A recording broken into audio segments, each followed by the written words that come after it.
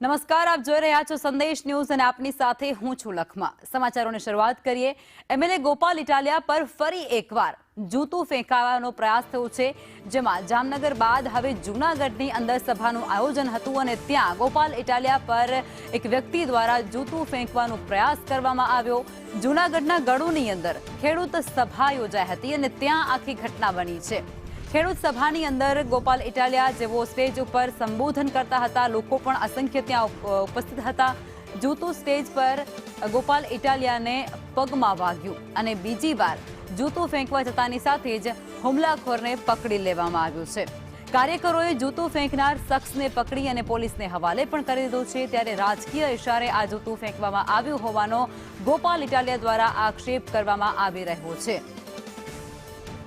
જૂનાગઢની અંદર ગોપાલ ઇટાલિયા ગળુ વિસ્તારની અંદર સભા માટે ગયા હતા અને ત્યાં તેઓ જાહેર મંચ ઉપરથી લોકોને સંબોધન કરી રહ્યા હતા કે પોતાનું ભાષણ કરી રહ્યા હતા અને ત્યારે અચાનક તેમના ઉપર એક બેઠેલા વ્યક્તિ દ્વારા જૂતું ફેંકવામાં આવ્યો અને ત્યારબાદ બીજો પ્રયાસ પણ કરવામાં આવ્યો। ત્યારે તેના જે કાર્યકરો હતા આપના તેમના દ્વારા પકડી લેવામાં આવ્યો છે। રાજકોટની સભામાં, મોરબીની સભામાં, જામનગરની સભામાં, કચ્છની સભામાં, આ ઘેડમાં પ્રવીણભાઈની સભામાં, બાકી રહ્યું હતું માળિયાની સભામાં આની એક પરમિશન લખાઈ નાખે, જોડું મારવાની પરમિશન। આપણે પરમિશન લેવી ત્યારે કેટલા માણસો મારવા માંગે તો કે 2, એટલે આને ખુરશી આપી દેવાની, પોલીસ બૂમ દેવાના। કેટલા વાગ્યે મારશે તો કે ગોપાલભાઈ 20 મિનિટ બોલે પછી મારશે, આ પરમિશન। એટલે એને ઉપાધિ નહીં, આપણે આપણને ખબર હોય 20 મિનિટ પછી 20 ને 22 આવવાનું છે, એટલે 2 મિનિટ ઉભા રહી જાય, એનું કામ કરીને પછી લઈને વયો જવાનું, હળો કરીને ભાઈ નીકળ, હાલ કામ પૂરું। તો આજ મુદ્દે મનોજભાઈ સોરઠિયા આપના સંગઠન મંત્રી અમારી સાથે જોડાઈ ગયા છે। મનોજભાઈ, સ્વાગત છે આપનું। ગોપાલ ઇટાલિયાની સભા પર ફરી એકવાર ગોપાલ ઇટાલિયા પર આ જૂતું ફેંકવાનો પ્રયાસ અને એકવાર જૂતું ફેંકાયું છે, સમગ્ર બાબત પર તમારું શું કહેવું છે? પહેલી પ્રતિક્રિયા આપની શું છે? અને બિલકુલ આ જે રીતે ગુજરાતની અંદર પરિસ્થિતિનું નિર્માણ થઈ રહ્યું છે, જે રીતે ગોપાલ ઇટાલિયા આજે ગુજરાતના લોકોની પસંદ અને ગુજરાતના લોકપ્રિય નેતા તરીકે ઉભરી આવ્યા છે, ભારતીય જનતા પાર્ટીના પેટમાં તેલ રેડાયું છે। ગઈકાલે જે વ્યક્તિ આવ્યો, મારો બહુ ગંભીર આરોપ છે કે એમની પાસે છરી હતી, એમની પાસે એક ચપ્પુ હતું કે જે મારવાના પ્રયાસથી આવ્યો હતો। બીજી વાત કે એ ફૂલ દારૂ પીને આવ્યો હતો અને ગુજરાતની અંદર જે બેફામ દારૂ વેચાય છે, આ દારૂ પીને ફરવાવાળા લોકોને ભાજપ વાળાએ પોતાના હાથા બનાવ્યા છે। ભારતીય જનતા પાર્ટીની ત્યાં જે ટીમ છે એમને ફોન કરીને મોકલાવ્યો, સમજાવીને મોકલ્યો હતો અને જે બહુ ગંભીર બાબત કે જે આપણને વારંવાર જે આ ઘટનાઓ ઘટે છે વારંવાર અમે કહીએ છીએ કે પોલીસ તંત્રનું કામ જે છે એ પોલીસ તંત્રનું કામ કોઈ પણ જનતા દ્વારા ચૂંટાયેલા પ્રતિનિધિનું રક્ષણ કરવાનું હોય। અમે પોલીસ પરમિશન બકાયદા લઈએ છીએ, પરમિશનની અંદર લખેલું હોય છે કે બંદોબસ્ત ત્યાં જે ફાળવાશે કરીને। તો પોલીસ જયારે આ વ્યક્તિને લઈ ગયો, મારો બહુ ગંભીર આરોપ એ વાતનો છે કે આ વ્યક્તિને કાલે રાતે ત્યાં સભા સ્થળથી લઈ જઈ અને બારોબાર ઘર ભેગો કરી દેવામાં આવ્યો છે કોઈ જગ્યાએ। એમને પોલીસ સ્ટેશનમાં પોલીસ સ્ટેશનની સ્ટેશન ડાયરીમાં એની એન્ટ્રી નથી, એમની શું સ્થિતિ હતી એની કોઈ એન્ટ્રી નથી, એમનું કોઈ મેડિકલ તપાસ કરવામાં નથી, એવું કોઈ પણ પ્રકારની કાર્યવાહી નહીં। માત્ર ને માત્ર પોલીસ ત્યાંથી એમને લઈ અને આ પહેલા જામનગરમાં પણ આવું ઘટના ઘટી, પોલીસ સ્ટેશનમાં લઈ જઈને એમને તરત જ છોડી મૂકવામાં આવ્યો। આ વખતે તો પોલીસ સ્ટેશનની સ્ટેશન ડાયરીમાં પણ એન્ટ્રી કરવામાં નથી આવી અને જ્યારે કે ગંભીર આરોપ છે કે એમની પાસે હથિયાર હતું, એ મારવાના ઈરાદેથી આવ્યો હતો, દારૂ પીને આવ્યો હતો, એના ઉપર પ્રોહિબિશનની કલમ લાગે, એના ઉપર 151 ઓછામાં ઓછી થાય, તો પોલીસ આવું કેમ કરતી નથી? તો એની પાછળ કેમ કે જો આવું કરે તો ભારતીય જનતા પાર્ટીના નેતાઓના નામ ખુલે, ભારતીય જનતા પાર્ટીના લોકોના નામ ખુલે, એટલા માટે આ આખું એક ષડયંત્ર આમ આદમી પાર્ટીને ડરાવવાનું। મનોજભાઈ, જ્યારે ભાજપના કોઈ નેતાને એવું પૂછવામાં આવે છે કે આ બધા ઉપર તમારા પર આક્ષેપો થઈ રહ્યા છે, તમારે એની જે પ્રતિક્રિયા આપવાની હોય છે કે સ્પષ્ટતા કરવાની હોય છે, ત્યારે એ લોકો દ્વારા સ્પષ્ટપણે એવો જવાબ આપવામાં આવે છે કે આપના નેતાઓ જે સતત મીડિયાની અંદર લાઇમલાઇટમાં રહેવા માટે આ જે અનેક બાબતો પોતાના જ કાર્યકરો દ્વારા કરાવતા હોય છે। તો પોલીસ એમની છે, અત્યાર સુધીની જે ઘટનાઓ ઘટી એ વ્યક્તિઓને કેમ છોડી મૂકવામાં આવ્યા, એ લોકો પર કેમ કાર્યવાહી કરવામાં ન આવી?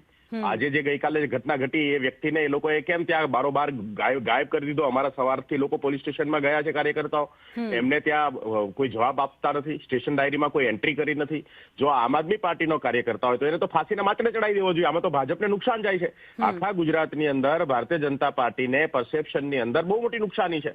લોકો જાણે છે કે ગુજરાતની તાસીર આ નથી, ગુજરાતમાં ગુંડાગર્દીના આવા ગુંડા તત્વોને લોકો ચલાવી લેતા નથી. આમ આદમી પાર્ટી સામાન્ય લોકોની વાત કરે છે, આમ આદમી પાર્ટી ખેડૂતોની વાત કરે છે, આમ આદમી પાર્ટી ઘેડના પ્રશ્નોની વાત કરે છે, આમ આદમી પાર્ટી વંચિતોની વાત કરે છે, પેપર લીકની સામે લડે છે, આમ આદમી પાર્ટી યુવાનો માટે લડે છે, બેરોજગારો માટે લડે છે.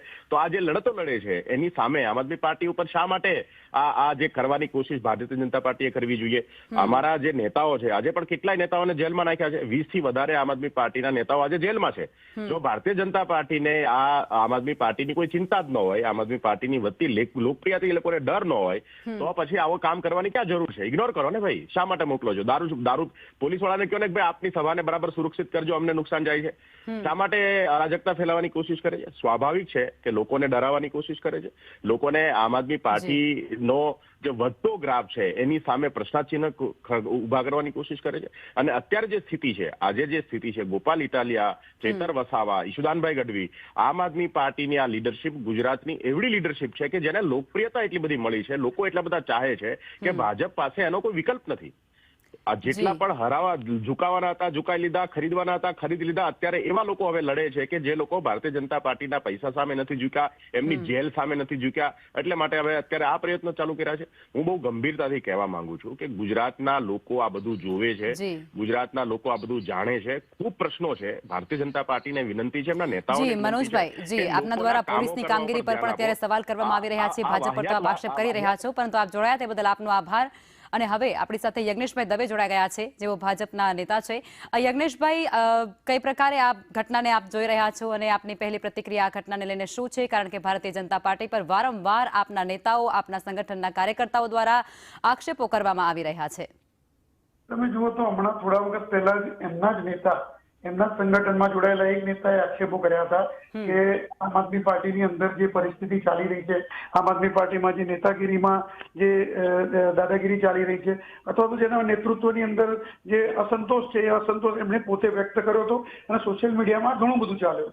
બીજી વસ્તુ એ છે કે આના પહેલા પણ જયારે ગોપાલ ઇટાલિયા ઉપર જૂતું ફેંકવાનો બનાવ બન્યો હતો ત્યારે પણ તમે જુઓ તો ત્યારે જેનું નામ ખુલ્યું હતું એમાં કોઈ ભારતીય જનતા પાર્ટીના કોઈ નેતાનું નામ કોઈ હતું નહીં. અને એ નામ એ લોકોએ પછી પાછળથી એ વસ્તુને મીંડું વાળી દીધું, પાછળથી ચર્ચા કરવાનું બંધ કરી દીધું. કારણ કે જયારે પોતાના નેતાઓના નામ ખુલતા હોય છે ત્યારે એ લોકો પોતે પણ હાસ્યામાં ધકેલાઈ જવાનું અથવા તો હાસ્યાસ્પદ થવાના પ્રશ્નો ઉપસ્થિત થતા હોય.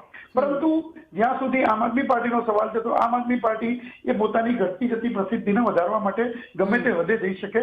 અને જે પાર્ટીને કોઈ એથિક્સ જ નથી, એમના નેતાઓના હોય, કેજરીવાલજી હોય કે સિસોદિયાજી હોય કે ઈશુદાનભાઈ હોય, એમના જોડે કોઈને એથિક્સ જ નથી.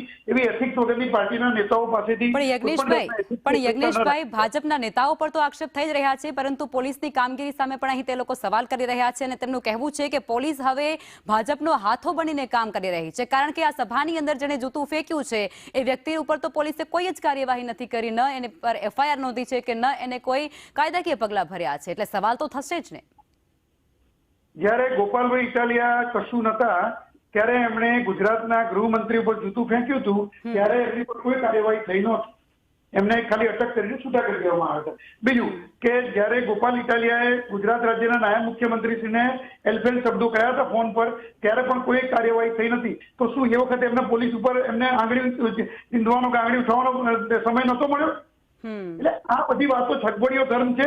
જયારે એમને પોતાની વાત આવે ને પોલીસ પોતાની કામગીરી કરે જ છે અને પોલીસ પોતાની કામગીરી કરીને અટકમાં પણ લે છે, પરંતુ જયારે પોલીસને દબાણ કરીને એવું કહેવામાં આવે કે અમારા જ માણસો છે રવા દો, ત્યારે ખબર પડી જાય છે કે આ સ્ટન્ટ ખુલ્લો થયો છે. એટલે પોલીસ પણ અમુક ટાઈમે બોલવાનું ટાળતી હોય છે, કારણ કે સરકારી અધિકારીઓ છે, પરંતુ ખરેખર જે સ્ટન્ટ જે લોકો કરતા હોય છે ને એ લોકોને બધી ખબર જ હોય છે. એટલે આમ આદમી પાર્ટીના નેતાઓના આ સ્ટન્ટ પ્રજા વચ્ચે ખુલ્લા પડી ગયા છે.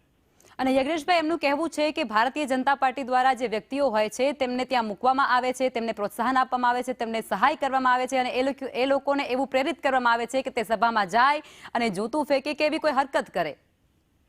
આમ આદમી પાર્ટીથી ગુજરાતમાં નહીં, આખા ભારતમાં ભારતીય જનતા પાર્ટીને કોઈ નુકસાન નથી. તો ભારતીય જનતા પાર્ટી શું કરે એની પાસે આટલું બધું વેઠ? તમે એટલો વિચાર કરો, સામાન્ય જનતાને પણ ખબર પડે છે. એટલે ગોપાલ ઇટાલિયાને કહો કે જો કોઈના ગળે ઉતરે ને એવી વાતો કરે, પોતાની પ્રસિદ્ધિ માટે ગમે એવી વાતો ન કરે. જી બિલકુલ. યજ્ઞેશભાઈ, આપ જોડાયા તે બદલ આપનો આભાર.